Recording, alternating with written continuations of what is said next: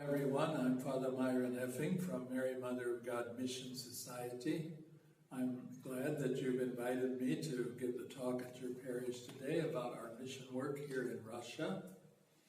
I'm sitting here in the chapel of Mary Mother of God Catholic Parish in the city of Vladivostok in Russia. Vladivostok is between Japan and China.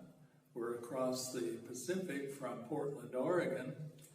And we've been here now 28 years and doing what we think is very important work here in the Russian Far East. When we got here way back that many years ago, wow, what a desperation situation the church was in, because the Catholic Church at one time here was extremely strong. In this diocese of Vladivostok, there were 15,000 Catholics before the Russian Revolution. Then the Russian Revolution happened, and 70 years there was enforced atheism, and many of our parishioners either fled Russia or many were killed right here. Especially, I'm talking to you in this chapel, which is dedicated to the martyrs of our parish. And we don't actually know how many martyrs there were because there aren't records about these things. But we do know about the last 5 parishioners who were all shot in 1937. And now they are on the list of proposed saints waiting for the Vatican to make its decisions about saints of the Soviet Union. And also the last pastor who was arrested and sent to the prisons in Siberia, he's on the list for the saints, and also our Bishop Karol Slivovsky, who also spent his last years here in Vladivostok and died a natural death as the very last priest here in this whole Russian Far East. So they had a terrible, tragic history, but now, thanks be to God and the mission work that we've been doing, the church is reborn again.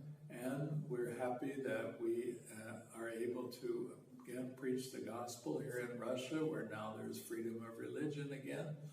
And we're glad that we have the support of Americans like you to help us with our missionary work here. So what we've done is we've opened already 9 new parishes here in the Russian Far East and have built new churches and redone old churches.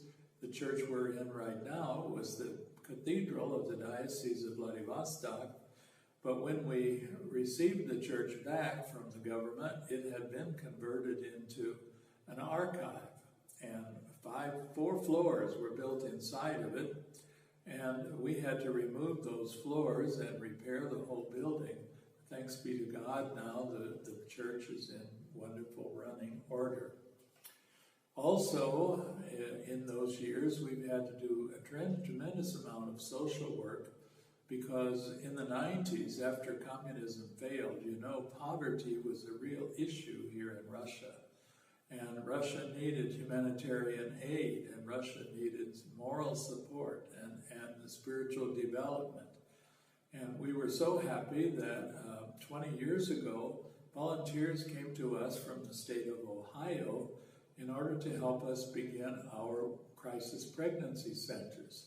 And at the present time, now we have 5 crisis pregnancy centers operating here in our state, and they have saved over 3,000 children from abortion, and they have tried to help Russia get rid of abortion as the main means of birth control that was used during the communist times.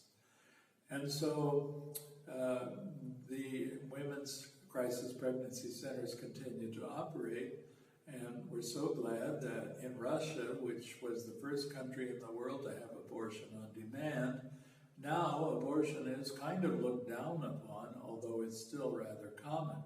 And now the government pays women to have children.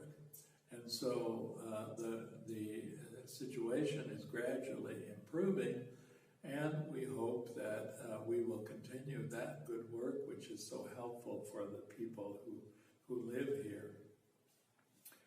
70 years of atheism here in Russia. 70 years.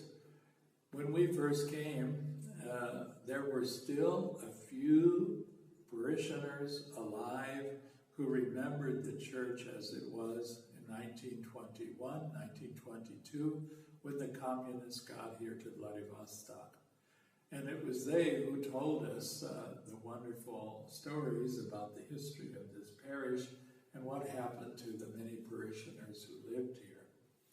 One of them told us about the fact that she had her first communion picture that she was taken on the day she received her first communion in the church, and she gave us that first communion picture. We call it the miracle picture, where you can see her standing directly behind the bishop in the picture, and it's been so wonderful to have the picture and try to identify who these various children were that made their first communion way back there in the year of 1921 or 1922.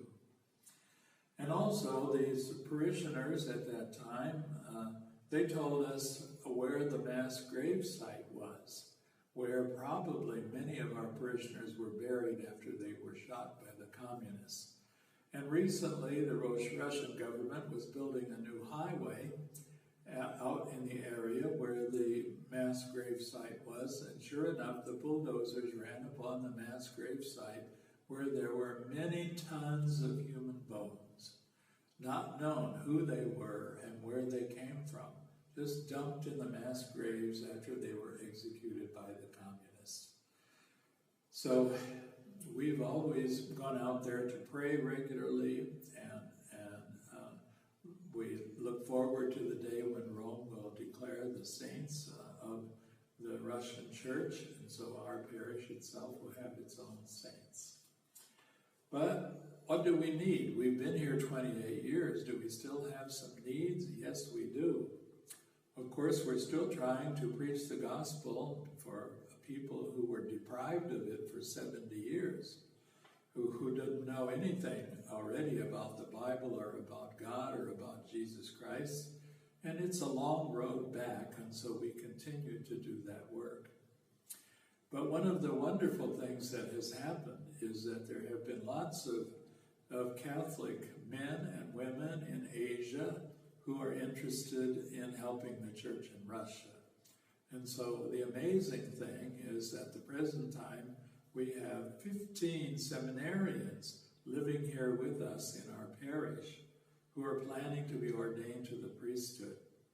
It's a very expensive thing, training these men for the priesthood.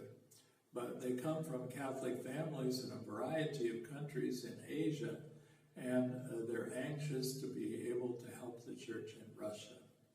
And so that's one of our continuing needs, the support of our seminarians. Of course, the support of our women's crisis pregnancy centers also is an ongoing need that we have. So if you are able to help us, we really appreciate it. And if you want to come to visit sometime, you can fly across the Pacific and we can meet you here and you can see our parishes and our chapels and what we're doing here in Russia. I always like to tell a story, so I'll tell a story.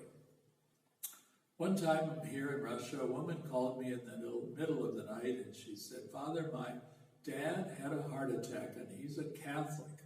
Would you please go to the hospital to give him his anointing and his last communion?" I said, "I'd be happy to, but it's 2 o'clock in the morning and then they're not going to let me into the hospital. Plus, I don't have a car and the buses quit running at 10 o'clock. I have no way to go. And I don't know where that hospital is." She said, "Well, my son-in-law has a car. If he comes and picks you up, would you go?" I said, "Yes."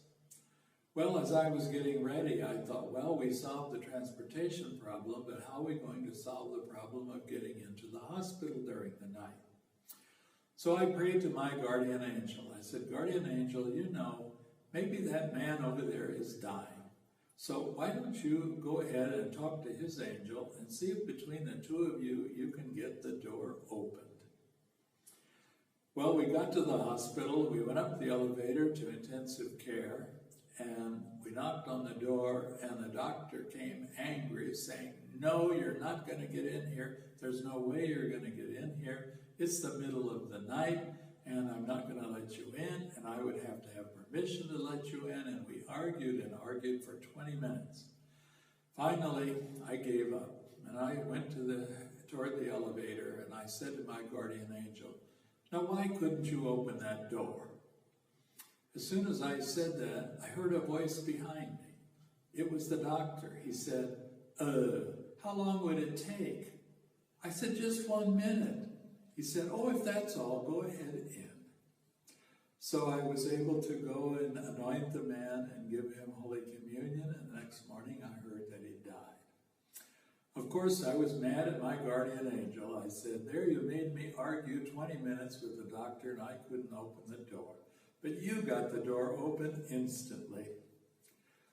It's one of those things that happens here in mission territories. We always get lots of interesting stories, and we're grateful that you give us support and help that we need to continue our work. Thank you very much.